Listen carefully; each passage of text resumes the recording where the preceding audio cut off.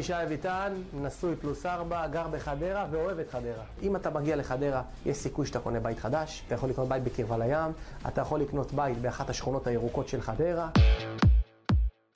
אם חברה כמו שיכון ובינוי, כמו אמירי גן, כמו וואי-בוקס, כמו אחים גינדי, וכמו אפריקה ישראל וכמו אזורים באות לבנות בחדרה, זאת אומרת שחדרה זה העיר של המחר. הם חושבים שחדרה זה הדבר הבא. לפני שנתיים חברת שיכון ובינוי של שרי אריסון מכרה 350 דירות ב4 שעות.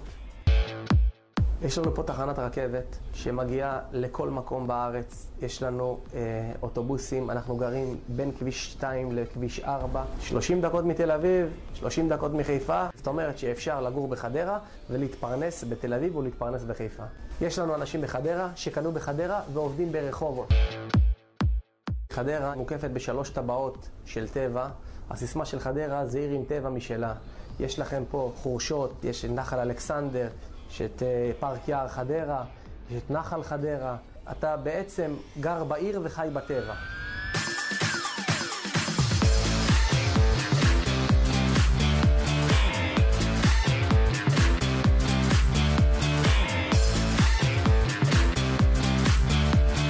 אנחנו מלווים את הלקוח, אנחנו נשארים גם בקשר אחרי שהוא נכנס לבית, להראות שיש אבא ואמא, ואנחנו מלווים את הלקוח מעבר להליך המחירה.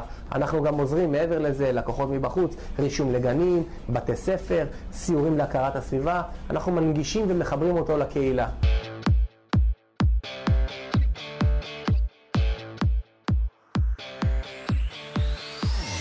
בן אדם קונה דירה ב1,200,000, עוד 4-5 שנים הוא יכול לשדרג לקוטג' או לדירת גן עם עוד כמה שקלים שהוא חסך. חדרה מתאפיין בהמון צמודי קרקע, שזה מוצר שהולך ונעלם מהשוק. עוד 10 שנים, בן אדם שיש לו בית צמוד קרקע, אם זה וילה, אם זה קוטג', יהיה נחשב עמיד מאוד. עכשיו אני פונה למשקיעים.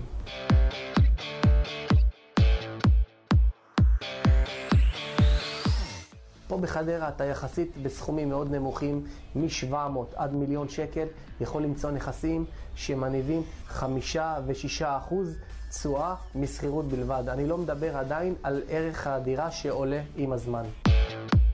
בטלוויזיה יש פורמט שנקרא יום בחיי. אני מזמין כל אחד ואחד לבוא, להתנהל פה עם אחד מהסוכנים או איתי, לעשות יום בחיי, לראות מה העיר יודעת לתת. אין טוב עם הרי עיניים.